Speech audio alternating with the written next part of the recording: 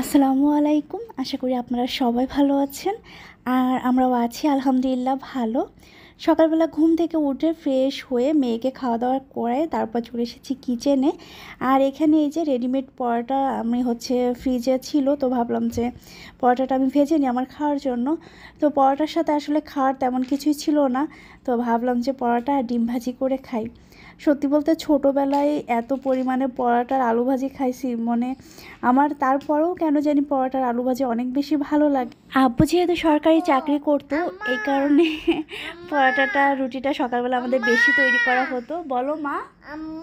তো আমার আব্বু রেশনে আটা বা ময়দা যাই হোক কিছু একটা পাইতো, তো এই কারণে দেখা যাইতো যে সকালবেলা আমাদের যে কোনো খাবার থাকুক বা না থাকুক আমাদের রুটি পরোটা ভাজি ভুজি এগুলো হইতো। ডিম পরোটা দিয়েতে সকালে নাস্তাটা শেষ করে নিয়েছি। এর ভিতর আমাদের বাসার হেল্পিংয়ের আপাও চলে এসেছে। উনি আসার পরে আমি ওনাকে ফ্রিজ থেকে আগে থেকে নামিয়ে রেখেছিলাম। তো এখানে চিংড়ি মাছ, তারপর 2টা মুরগি ছিল আর 3টা ইলিশ মাছ ছিল। তো এইগুলো নামাই রাখছিলাম, এখন আপা এগুলো কেটে পরিষ্কার করে দিয়ে যাবে। তো আজকে হয়তো বা মাছটা রান্না করব না, কারণ শ্রাবণ আমাকে বলছে যে আজকে সে বিরিয়ানি খাবে। তো সব কিছু আমি ফ্রিজে উঠাই রেখে আমি বিরিয়ানি রান্না করতে চলে এসেছি। তো ও ওকে বলছে ডাক্তারের যে ডায়েট করতে, বাট দেখতেছি তারপর থেকে ও বেশি বেশি রিচ খাবার খাইতে চাই। একদিন বলে খিচুড়ি রান্না করো গরুর মাংস দিয়ে, একদিন বলে যে খাসির মাংস রান্না করো, একদিন বিরিয়ানি রান্না করো। কি অবস্থা আমি বুঝতেছি না যে ও কী করে ডায়েট করবে। ওকে ডাক্তার ডায়েট করতে বলছে। তো যাই হোক আমি রান্না প্রায় আমার শেষ। তো লাস্ট পর্যায়ে শ্রাবণ এসেছে, কারণ এই কাজটা শ্রাবণ বেশি ভালো পারে। ও সব কিছু মিক্সড করতে পারে আর পোলাওটা খুব ভালো রান্না করে, এটা বলতেই হবে। আমার হাজব্যান্ড কিন্তু অনেক গুণী। মাশাআল্লাহ, আমার জামাইয়ের হাতের রান্না অনেক বেশি মজা।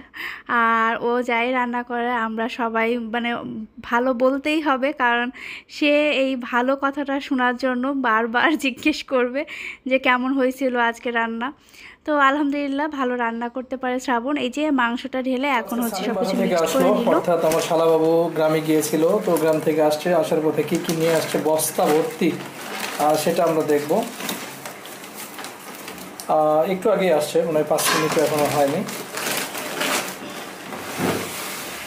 এটা কি? এটার ভিতর কচুরলতি। কচুরলতি, হ্যাঁ কচুরলতি দেখো বাইসে দিছে। ঠিক আছে, থ্যাংক ইউ তার জন্য। আর তোমার জন্য জুতা। Good, very good. জুতা খাওয়া ওইটা তো চালের গুঁড়া। আচ্ছা, এটা টাকা বাগে দিছে কেন? চালের গুঁড়া। এটা নারকেল। তো এখানে নিয়ে এসেছে নারকেলটা কুড়ায় তারপর দিছে, কারণ এখানে নারকেল কুড়ানো একটা ঝামেলা লাগে। আর এই মেহেদি পাতাটা দিছে কারণ আরশিয়ার হাতে পায়ে একটু মেহেদি লাগাই দিতে বলছে আম্মু, কারণ আরশিয়া মেহেদি পরতে অনেক বেশি পছন্দ করে। তাই আম্মু ওর জন্য গাছের পাতা মেহেদি পাঠাইছে।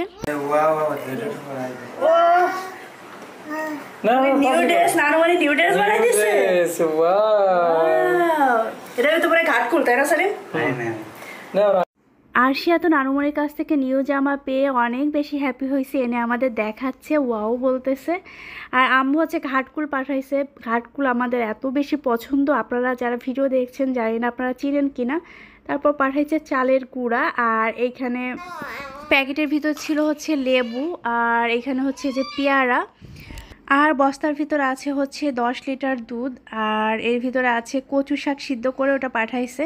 তো কচু শাক খাওয়া খুবই দরকার, কারণ আমার আয়রনের অনেক সমস্যা আর আমার রক্ত স্বল্পতাও আছে। তো কচু আমাদের জন্য তো এমনিতেই অনেক উপকার, অনেক আয়রন আছে। তো এই ছিল বস্তা ভরা জিনিস। তো ভাইকে খেতে টেতে দিয়ে এখন রেডি করে আমরা চলে যাচ্ছি বাহিরে, আর বাহিরে যাচ্ছি মূলত ডাক্তারের কাছে। তো আজকে আমি ডাক্তারের কাছে যাচ্ছি আমার দাঁতের চিকিৎসা করার জন্য। অলরেডি আমার 1 মাস মনে ধরে দাঁতের চিকিৎসা হচ্ছে। তো এই সাইডের 2টা এই যে একদমই ফাঁকা, ছোট করে ফেলছে। তো 2টা একসাথে পোকা খাইছিল আর কি, এই বয়সে আমার দাঁতটাও ফেলে দিতে হচ্ছে। তো যাই হোক এটা একদম ছোটো করছে, আজকে ক্যাপ করাই দিতে। তো আমরা আরশিয়াকে রেখে যাচ্ছি।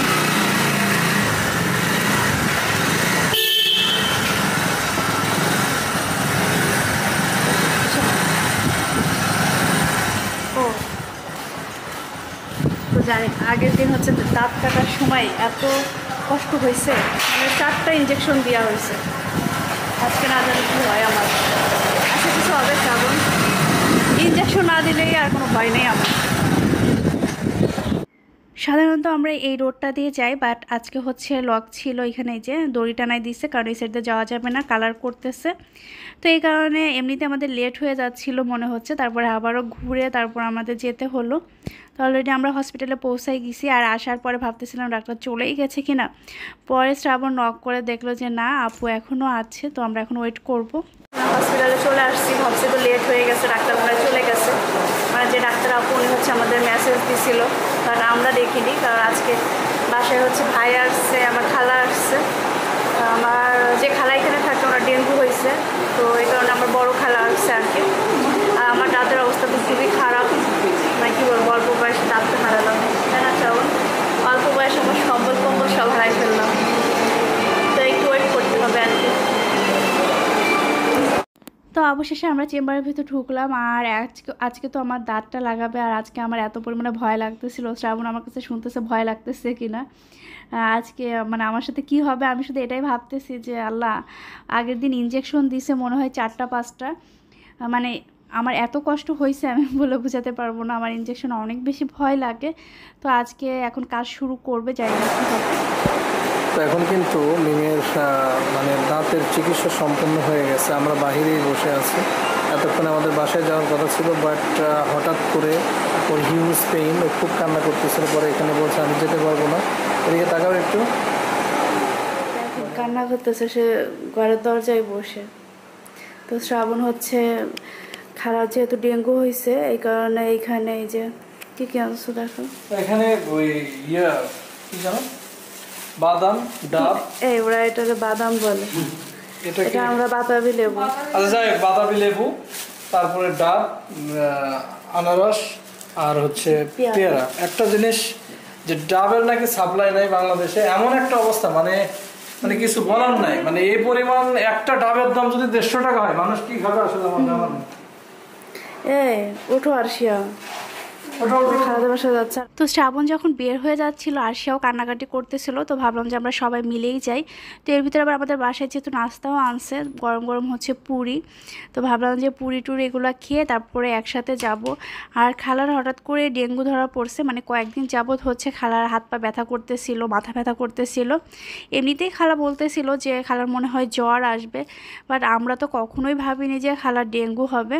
তো হচ্ছে আজকে সকালবেলা আর কি টেস্ট করতে গেছিলো, তো সন্ধ্যার দিকে আবার রিপোর্ট দিছে, রিপোর্টে আসছে হচ্ছে ডেঙ্গু। তো এটা শুনে সত্যি খুব খারাপ লাগতেছিল। তো 2 দিন ধরে জ্বর ছিল, খালা ভেবেছে যে নর্মালি এমনিতেই আর কি জ্বর আসছে হয়তো বা সিজনাল আর কি। তো এই কারণে যেহেতু 2 দিন পার হয়ে গেছিলো, এই কারণে খালা টেস্ট করতে গিয়েছিল, কারণ জ্বর কোনোভাবে কমতেছিল না, তারপর হচ্ছে বমি। যাই হোক, আমাদের এই এরিয়াতে প্রচুর পরিমাণে মশা বেড়ে গেছে, মানে এত পরিমাণে মশা মনে হয় যে বাইরে আমরা 5 মিনিট যদি দাঁড়াই, মানে মানে বিল্ডিংয়ের নিচে আর কি, মনে হয় যে মশা তুলে নিয়ে না উড়ে চলে যাবে, এরকম একটা অবস্থা।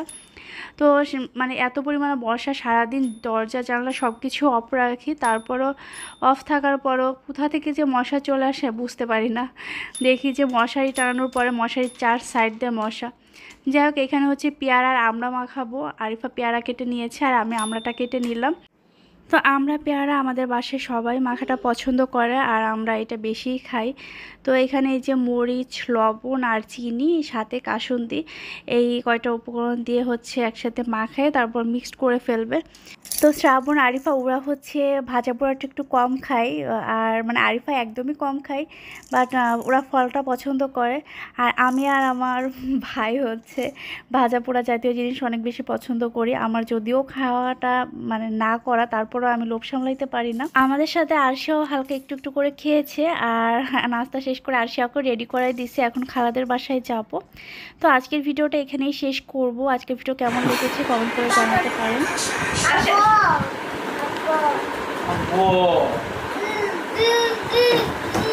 আরশিয়া, বাবাকে ডাকো তো, আপু বলে বলো। আরশিয়া, দাঁত বের করে হাসি দাও। আপু মামা বলো। ও মাই গড, কি চিৎকার দেখি